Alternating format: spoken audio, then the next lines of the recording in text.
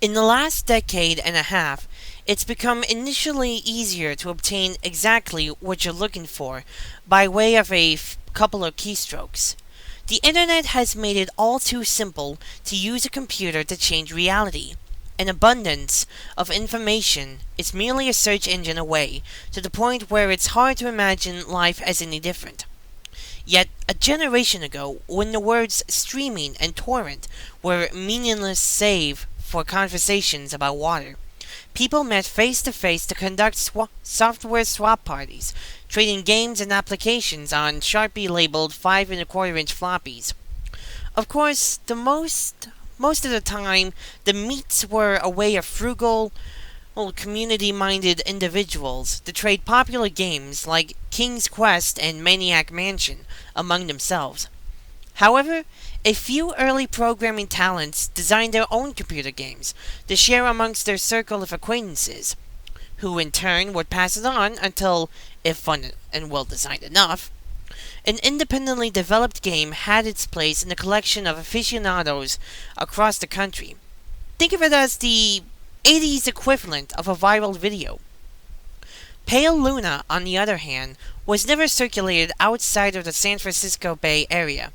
All known copies have been long disposed of. All computers that have ever run the game now detritus buried under layers of filth and polyester. This fact is attributed to the number of rather abstruse design choices made by its programmer. Pale Luna was a text adventure in the vein of Zork and The Lurking Horror, at a time when said genre was swiftly going out of fashion. Upon booting the program, the player was presented with a screen almost completely blank, except for the text. You are in a dark room. Moonlight shines through the window. There is gold in the corner, along with a shovel and a rope. There is a door to the east. Command? So began the game, that one writer for a long-out print fanzine described as enigmatic, nonsensical, and completely unplayable. As the only commands that the game would accept were pick up gold, pick up shovel, pick up rope, open door, and go east. The player was soon presented with the following. Reap your reward. Pale Luna smiles at you. You are in a forest. There are paths to the north, west, and east. Command? What quickly infuriated the few who've played the game was the confusing and buggy nature of the second screen onward. Only one of the direction decisions would be the correct one. For example, on this occasion, a command to go in a direction other than north would lead to the system freezing, requiring the operator to reboot the entire computer.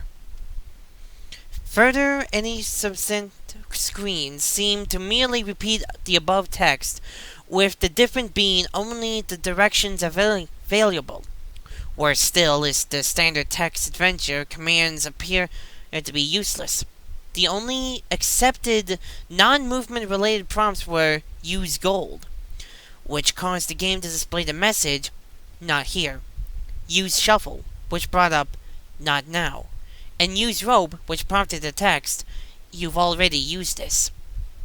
Most who've played the game progressed a couple of screens into it before fed up by having to constantly reboot and toss in the disc in disgust, writing off the experience as a shoddy programmed farce.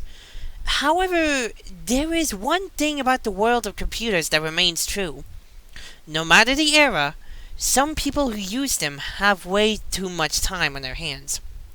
A young man by the name of Michael Nevins decided to see if there was more to Pale Luna than what meets the eye. 5 hours and 33 screens worth of trial and error and unplugged computer cords later, he finally managed to make the game display a different text. The text in this new area said, Pale Luna smiles wide. There are no paths. Pale Luna smiles wide. The ground is soft. Pale Luna smiles wide. Here. Command? It was another hour still before Nevins stumbled upon the proper combination of phrases to make the game progress any further. dig up hole, drop gold, then fill hole. This caused the screen to display, "Congratulations, 40.24248-121.4434, upon which the game ceased to accept commands, requiring the user to reboot one last time. After some deliberation, Nevins came to the conclusion that the numbers referred to lines of latitude and longitude. The coordinates led to a point in the sprawling forest that dominated the nearby Lesson Volcanic Park. As they possessed much more free time than sense, Nevins vowed to see Pale Luna through to its end. The next day, armed with a map, a compass, and a shovel, he navigated the park trails noting with amusement how each turn he made corresponded roughly to those he took in the game. Though he initially regretted bringing the cumbersome digging tool on a mere hunch, the path's similarity all but confirmed his suspicions that the journey would end with him face to face with an eccentric's buried treasure. Out of breath, after a tricky struggle to the coordinates, he was pleasantly surprised by a literal stumble upon a patch of uneven dirt.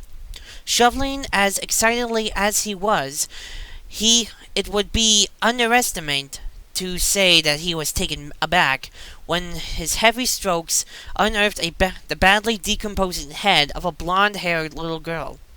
Nevins promptly reported the situation to the authorities. The girl was identified as Karen Polinsi, 11, reported as missing to the San Diego Police Department a year and a half prior. Efforts were made to track down the programmer of Pale Luna, but the near-anonymous legal gray area in which the software swapping community operated inexplicably led to many dead ends. Collectors have been known to offer upwards of 6 figures for an authentic copy of the game. The rest of Karen's body was never found.